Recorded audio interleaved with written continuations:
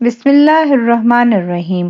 حرمین شریفین کی انتظامیہ کی جانب سے ایک تقریب منعقد کی گئی جس میں مسجد نبوی کے بارے میں معلومات فراہم کی گئیں۔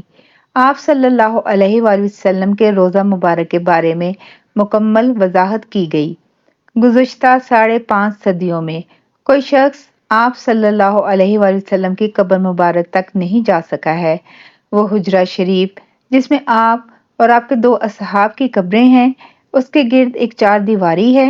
اس 4 دیواری سے متصل ایک اور دیوار ہے جو 5 دیواروں پر مشتمل ہے۔ یہ 5 کونوں والی دیوار حضرت عمر بن عبدالعزیز رحمۃ اللہ علیہ نے بنوائی تھی اور اس کے 5 کونے رکھنے کا مقصد اسے خانہ کعبہ کی مشابہت سے بچانا تھا۔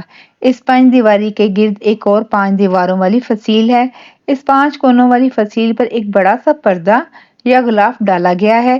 یہ سب دیواریں بغیر دروازے کے ہیں، لہذا کسی کے ان دیواروں کے اندر جانے کا کوئی امکان نہیں ہے۔ روضہ رسول کی اندر سے زیارت کرنے والے بھی اس 5 کونوں والی دیوار پر پڑے پردے تک ہی جا پاتے ہیں۔ روضہ رسول پر سلام عرض کرنے والے عام زائرین جب سنہری جالیوں کے سامنے کھڑے ہوتے ہیں تو جالیوں کے سوراخوں سے انہیں بس وہ پردہ ہی نظر آ سکتا ہے جو حجرہ شریف کی 5 دیواری پر پڑا ہوا ہے۔ اس طرح سلام پیش کرنے والے زائرین اور حضور صلی اللہ علیہ وآلہ وسلم کی قبر اطہر کے درمیان گو کہ چند گز کا فاصلہ ہوتا ہے، لیکن درمیان میں کل 4 دیواریں حائل ہوتی ہیں۔ ایک سنہری جالیوں والی دیوار، دوسری 5 کونوں والی دیوار، تیسری ایک اور 5 دیواری اور چوتھی وہ دیواری جو کہ اصل حجرے کی دیوار تھی۔ گزشتہ 1300 سال سے اس 5 دیواری حجرے کے اندر کوئی نہیں جا سکا ہے سوائے 2 مواقع کے۔ ایک بار 91 ہجری میں حضرت عمر بن عبدالعزیز رحمۃ اللہ علیہ کے دور میں ان کا غلام، اور دوسری بار 881 ہجری میں معروف مورخ علامہ نور الدین ابوالحسن سمہودی کے بیان کے مطابق وہ خود۔ مسجد نبوی میں قبلہ کا رخ جنوب کی جانب ہے۔ نبی پاک صلی اللہ علیہ وآلہ وسلم کا روضہ مبارک ایک بڑے ہال کمرے میں ہے۔ بڑے ہال کمرے کے اندر جانے کا دروازہ مشرقی جانب ہے، یعنی جنت البقیع کی سمت۔ یہ دروازہ صرف خاص شخصیات کے لیے کھولا جاتا ہے۔ اس دروازے سے اندر داخل ہوں تو بائیں جانب حضرت فاطمۃ الزہرا رضی اللہ تعالی عنہا کی محراب ہے۔ اس کے پیچھے ان کی چارپائی ہے۔ العربیہ ویب سائٹ نے محقق محی الدین ہاشمی کے حوالے سے بتایا کہ ہال کمرے میں روضہ مبارک کی طرف جائیں تو سبز غلاف سے ڈھکی ہوئی ایک دیوار نظر آتی ہے۔ 1406 ہجری میں شاہ فہد کے دور میں اس غلاف کو تبدیل کیا گیا۔ اس سے قبل ڈھانپا جانے والا پردہ 1370 ہجری میں شاہ عبدالعزیز آل سعود کے زمانے میں تیار کیا گیا تھا۔ مذکورہ دیوار 881 ہجری میں اس دیوار کے اطراف تعمیر کی گئی جو 91 ہجری میں حضرت عمر بن عبدالعزیز نے تعمیر کی تھی۔ اس بند دیوار میں کوئی دروازہ نہیں ہے۔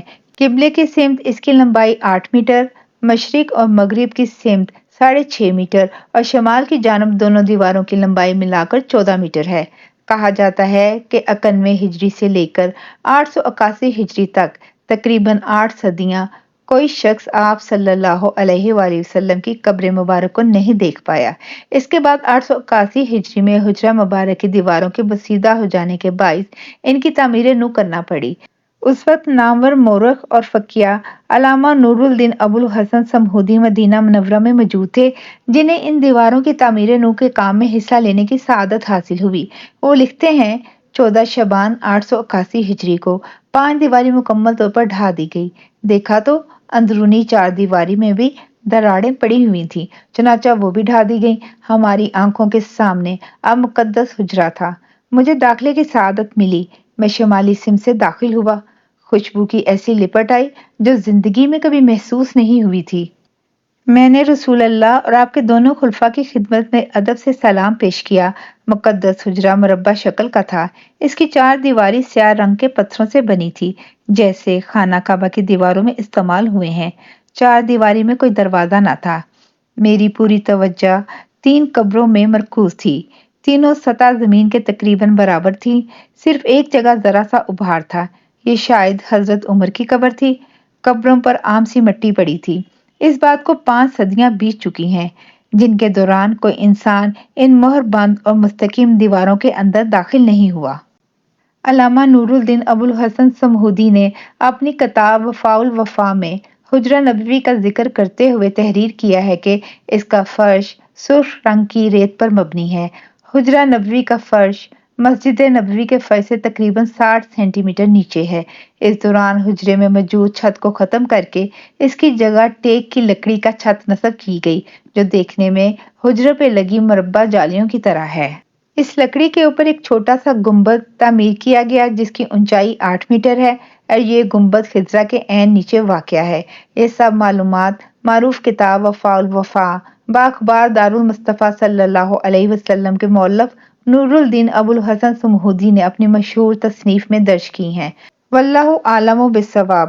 صرف آپ ہی پڑھ کر آگے نہ بڑھ جائیں بلکہ یہ تحریر صدقہ جاریہ ہے، شیئر کر کے باقی احباب تک پہنچائیے۔ شکریہ۔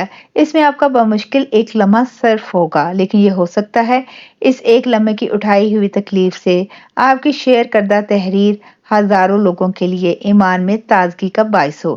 جزاک اللہ خیرن کثیرہ۔